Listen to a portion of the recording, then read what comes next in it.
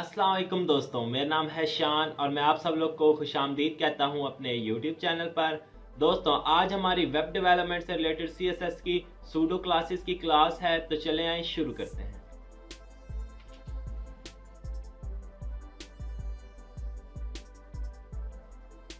दोस्तों, आज की क्लास में हम नेक्स्ट जो 4 सूडो क्लासेस हैं उनके बारे में सीखेंगे, जिसमें फर्स्ट वन जो आ रहा है वो है nth of type, then nth last of type, then only child, then only of type.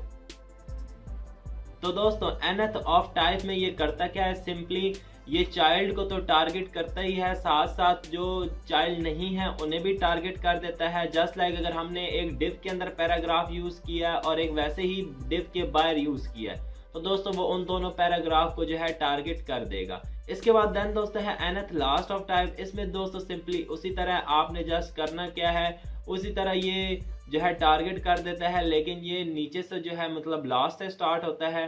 इसके बाद दोस्तों नेक्स्ट वन है वो है ओनली चाइल्ड। दोस्तों इसमें क्या होता है कि किसी पेरेंट का अगर एक चाइल्ड है तो उसके ऊपर CSS की प्रॉपर्टी अप्लाई होगी, नहीं तो नहीं होगी। अगर किसी एक पेरेंट के 2 चाइल्ड हैं तो उसके ऊपर CSS की प्रॉपर्टी अप्लाई नहीं होगी, और अगर दोस्तों एक ही चाइल्ड है तो उसके ऊपर प्रॉपर्टी अप्लाई हो जाएगी।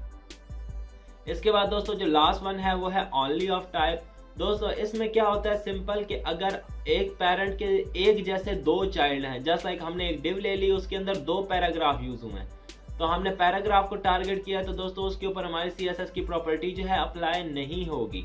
अगर दोस्तों उसमें हमने जस्ट एक ही पैराग्राफ यूज किया उस डिव के अंदर, मीन के उस पेरेंट का एक ही चाइल्ड है पैराग्राफ, कोई और दूसरा पैराग्राफ बीच में नहीं है, तो उसके ऊपर देन दोस्तों हमारी CSS की प्रॉपर्टी जो है अप्लाई हो जाएगी। अगर वहां पे हम कोई और टैग यूज कर ले, just like unordered list, order list, list item, image tag, mean के और कोई टैग, बेशक उस पेरेंट के चाइल्ड हो, लेकिन उस मीन के उसका एक चाइल्ड जैसा दूसरा चाइल्ड कोई ना हो। जस्ट लाइक डिव के अंदर पैराग्राफ है, उसके साथ कोई और उसका चाइल्ड आ सकता है, जस्ट लाइक इमेज टैग हो सकता है, अनऑर्डर लिस्ट टैग हो सकता है, लेकिन दोस्तों उसका जो है चाइल्ड एक और पैराग्राफ ना हो। अगर दोस्तों एक ही पेरेंट के 2 पैराग्राफ चाइल्ड हैं तो उसके ऊपर CSS की प्रॉपर्टी अप्लाई नहीं होगी।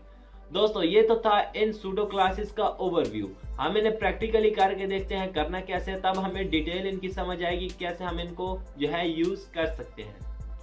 दोस्तों हमारा एटम सॉफ्टवेयर ओपन है। यहाँ सबसे पहले मैं करता क्या हूँ, एक डिव ले लेता हूँ, देन दोस्तों इसे मैं जस्ट कोई भी नेम दे देता हूँ क्लास को। इसके बाद देन दोस्तों यहाँ पे जो है मैं एक पैराग्राफ टैग यूज कर लेता हूँ और इसमें कोई भी जो है पैराग्राफ जस्ट लाइक लिख देता हूँ। देन दोस्तों इसी पैराग्राफ को जो है मैं कॉपी कर लेता हूँ। देन यहाँ पे उसी तरह मैं 2 और 3 टाइम जो है इस पैराग्राफ को कॉपी पेस्ट कर लेता हूँ। देन दोस्तों इस डिव के बाहर भी जो है मैं पैराग्राफ ले लेता हूँ।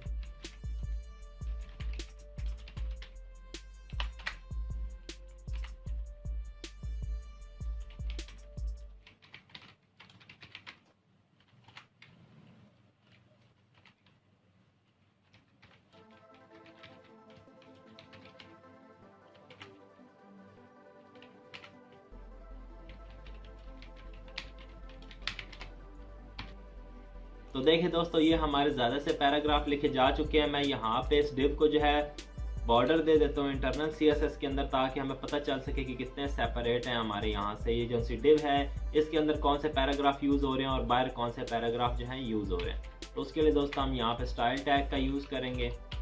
देन दोस्तों यहाँ पे मैं जो है टाइप ये चेंज कर देता हूँ। देन दोस्तों हमने सिंपली यहाँ पर करना क्या है, हम यहाँ पे .a इसे कॉल करवा लेते हैं और यहाँ पे इसे मैं दे देता हूँ बॉर्डर सॉलिड 5 पिक्सल ब्लैक। तो देखिए दोस्तों ये हमारी सेपरेट डिव है जिसमें हमारे ये पैराग्राफ यूज हो रहे हैं और बाहर हमारे ये वाले पैराग्राफ यूज हो रहे हैं। तो दोस्तों हमारे जो सबसे पहले थी टाइप वो है nth ऑफ टाइप।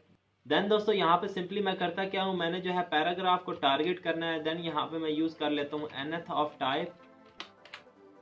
देन दोस्तों फिलहाल मैं इसे रिमूव कर देता हूँ। देन दोस्तों यहाँ पे जो है मैं प्रॉपर्टी वो यूज कर लेता हूँ, जस्ट लाइक कलर, उसी तरह दे देता हूँ ग्रीन, बल्कि कलर दे देता हूँ वाइट,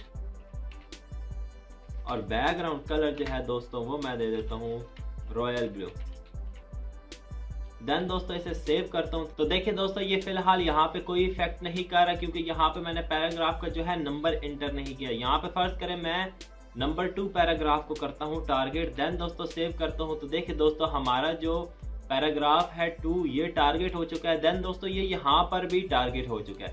तो जिस तरह दोस्तों मैंने आपको सिंपली बताया है कि यहाँ पे ये नहीं देखता कि सिर्फ ये चाइल्ड को ही करे, ये साथ साथ पेरेंट जो है मीन के, अब ये इस डिव का ये चाइल्ड है, इसने इसके ऊपर बैकग्राउंड जो है मीन के इसका बैकग्राउंड कलर चेंज कर दिया और इसका कलर व्हाइट कर दिया, मीन के CSS की प्रॉपर्टी इसके ऊपर अप्लाई की है, लेकिन साथ साथ इसके ऊपर भी अप्लाई कर दिया। मीन के अब यहाँ पे मस्ट नहीं है कि सिर्फ चाइल्ड के ऊपर हो, यहाँ पे चाइल्ड के साथ साथ जो बायर इसका सिबलिंग है, मीन के डिव का सिबलिंग ये पैराग्राफ बन रहा है, तो ये इसके ऊपर भी CSS की प्रॉपर्टी अप्लाई कर देगा। जस्ट लाइक अगर दोस्तों यहाँ पे मैं कर दूं 4, तो देन इसको सेव करूँ तो देखिए दोस्तों यहाँ पर भी 4 और यहाँ पर भी 4 को इसने कर दिया है सिलेक्ट। इसी तरह दोस्तों अगर मैं यहाँ पे यूज कर लूँ n का, देन दोस्तों उसी तरह सेव करूँ तो दोस्तों ये उसी तरह स्टेप बाय स्टेप जो है वर्क करेगा। n की वैल्यू होगी सबसे पहले 0 2 0 दा 0, तो यहाँ पे 1 से स्टार्ट हो रहा है, 0 पे तो है नहीं जो CSS की प्रॉपर्टी अप्लाई करे। देन n की वैल्यू होगी 1, तो 2 1 दा 2, देन दोस्तों देखिए 1 and 2, 2 के ऊपर CSS की प्रॉपर्टी अप्लाई होगी और इधर से भी 2 के ऊपर होगी CSS की प्रॉपर्टी अप्लाई। इसके बाद देन दोस्तों 2 की वैल्यू होगी, यहाँ पे n की वैल्यू होगी 2, तो 2 2 दा 4, देन इसने 3 को छोड़ दिया, यहाँ पे 4 पे अप्लाई कर दी CSS की प्रॉपर्टी और देन इसी तरह यहाँ पर 4 की प्रॉपर्टी जो है अप्लाई कर दी। इसी तरह दोस्तों यहाँ पे हम +1 और -1 को भी यूज कर सकते हैं। तो देखिए दोस्तों यहाँ पे n की वैल्यू क्या थी 0 सबसे पहले, तो 2 0 दा 0 + 1 1, तो 1 के ऊपर CSS की प्रॉपर्टी अप्लाई कर दी। देन दोस्तों 2 1 दा 2 + 1 3 वैल्यू होगी, तो इसने 3 के ऊपर CSS की प्रॉपर्टी अप्लाई कर दी, जस्ट लाइक इधर भी 3 के ऊपर अप्लाई कर दी। देन दोस्तों 2 2 दा 4 + 5, तो 1 2 3 4 5, यहाँ से 5 के ऊपर प्रॉपर्टी अप्लाई कर दी, लेकिन यहाँ पे तो 5 है नहीं। अगर फर्ज करें यहाँ पर मैं एक और पैराग्राफ ले लूं, यहाँ पे मैं कुछ भी लिख लूं, देन दोस्तों सेव करूं तो देखिए दोस्तों हमारे CSS की प्रॉपर्टी इस 5 पर भी अप्लाई हो रही है। इसी तरह दोस्तों आप यहाँ पे माइनस साइन का भी यूज कर सकते हैं। तो देखिए दोस्तों आप इसने सिंपली किया क्या, n की वैल्यू है 0 2 0 दा 0 -1 तो यहाँ पे है नहीं, मीन के देन 0 आता है, देन यहाँ 1 से स्टार्ट होता है। देन दोस्तों 2 1 दा 2 और देन -1, 2 में से एक या पीछे रह गया 1, तो देन 1 के ऊपर इसने अप्लाई कर दी। देन n की वैल्यू होगी 2 2 दा 4 4 - 1 = 3, तो देन दोस्तों इसने 3 के ऊपर CSS की प्रॉपर्टी अप्लाई कर दी। इसी तरह देन दोस्तों इसने 5 के ऊपर अप्लाई कर दी। देन दोस्तों इसी तरह यहाँ पर भी इसने 5 के ऊपर जो है वैल्यू वो अप्लाई कर दी। दोस्तों इसी तरह हमारी यूज होती है nth ऑफ टाइप। इसी तरह दोस्तों इसके बाद है हमारी nth लास्ट ऑफ टाइप। दोस्तों इसको मैं सिंपली सेव करता हूँ तो देखिए दोस्तों यहाँ पर कोई इफेक्ट नहीं पड़ रहा हमने। उसी तरह देन दोस्तों यहाँ पे अगर मैं 2 लिखता हूँ तो देन दोस्तों अब ये नीचे से जो है टारगेट करेगा। वो nth ऑफ टाइप जो था वो ऊपर से टारगेट करता था, ये nth लास्ट ऑफ टाइप है, ये नीचे से टारगेट करता है। तो इसने सिंपली देखें यहाँ से भी 2 और यहाँ से भी दूसरे पैराग्राफ को कर दिया। इसी तरह दोस्तों अगर मैं 2n करूँ देन सेव करूँ तो इसने उसी तरह नीचे से जो है टारगेट किया है चीज़ों को। अगर यहाँ पे मैं उसी तरह 4n कर दूं या 3n करूं तो ये उस तरह जो है वर्क करेगा। मीन कि आप इस तरह जो है अपनी CSS की प्रॉपर्टी वो अप्लाई कर सकते हैं nth लास्ट ऑफ टाइप के भी जरिए। यहाँ पर भी दोस्तों आप -1 + 1 जो है वो यूज कर सकते हैं। जस्ट लाइक -1 किया तो इसने नीचे वाले को जस्ट लाइक 4 n की वैल्यू है 0 तो 0 -1 पे इसने कुछ नहीं किया। देन 4 1 दा 4 -1 3, तो देन इसने 3 को यहाँ से भी टारगेट कर दिया, 3 को यहाँ से भी टारगेट कर दिया। तो दोस्तों इस तरह आप यहाँ पर CSS की प्रॉपर्टी अप्लाई कर सकते हैं। अगर आप यहाँ पे +1 कर दें देन दोस्तों इसे सेव करें तो देखिए दोस्तों आप ये +1 के जरिए जो है वर्क करेगा। पहले 0 है तो पहले n की वैल्यू 0 है तो 4 0 दा 0 + 1, तो इसने नीचे से इसको भी टारगेट कर दिया, इसको भी। देन दोस्तों n की वैल्यू होगी 1 4 1 दा 4 + 1 5 होगी, तो 1 2 3 4 और देन 5, इस 5 को भी टारगेट कर दिया और इस 5 को भी इसने जो है टारगेट कर दिया। तो दोस्तों ये था हमारा nth लास्ट ऑफ टाइप। इसके बाद देन दोस्तों हमारी बारी आ जाती है ओनली चाइल्ड की। इसमें दोस्तों सिंपली करता क्या, मैं इसे सेव करता हूँ तो यहाँ पे कोई इफेक्ट नहीं पड़ रहा। क्यों नहीं पड़ रहा? क्योंकि दोस्तों इस जो है सूडो क्लास, इसका जो है रूल वो ये है कि अगर कोई पेरेंट है, जस्ट लाइक डिव ये पेरेंट है और इसके ये चाइल्ड हैं, ये कहते हैं कि जिसका एक लौता चाइल्ड हो, मीन के एक लौता वारिस हो, मीन के अगर यहाँ पे इसके ये मैं पैराग्राफ कर दूं खत्म, देन इसे सेव करूं तो देखिए दोस्तों यहाँ पे हमारी CSS की प्रॉपर्टी जो है अप्लाई हो चुकी है। मीन के ये चाहता है कि कोई पेरेंट हो, उसका एक लौता वारिस हो। हमने इस पैराग्राफ को टारगेट किया तो डिव का ये वाला एक लौता वारिस है और देखिए इसके ऊपर कोई इफेक्ट नहीं किया इसने। जस्ट लाइक इसे दोस्तों मैं अगर खत्म भी करूँ ना तो इसके ऊपर कोई इफेक्ट नहीं पड़ेगा, क्योंकि अब इस पे ये डिपेंड कर रहा है पेरेंट के ऊपर कि पेरेंट का चाइल्ड हो और एक लौता चाइल्ड हो, तो तब ये उसके ऊपर देन जो है CSS की प्रॉपर्टी वो अप्लाई करेगा।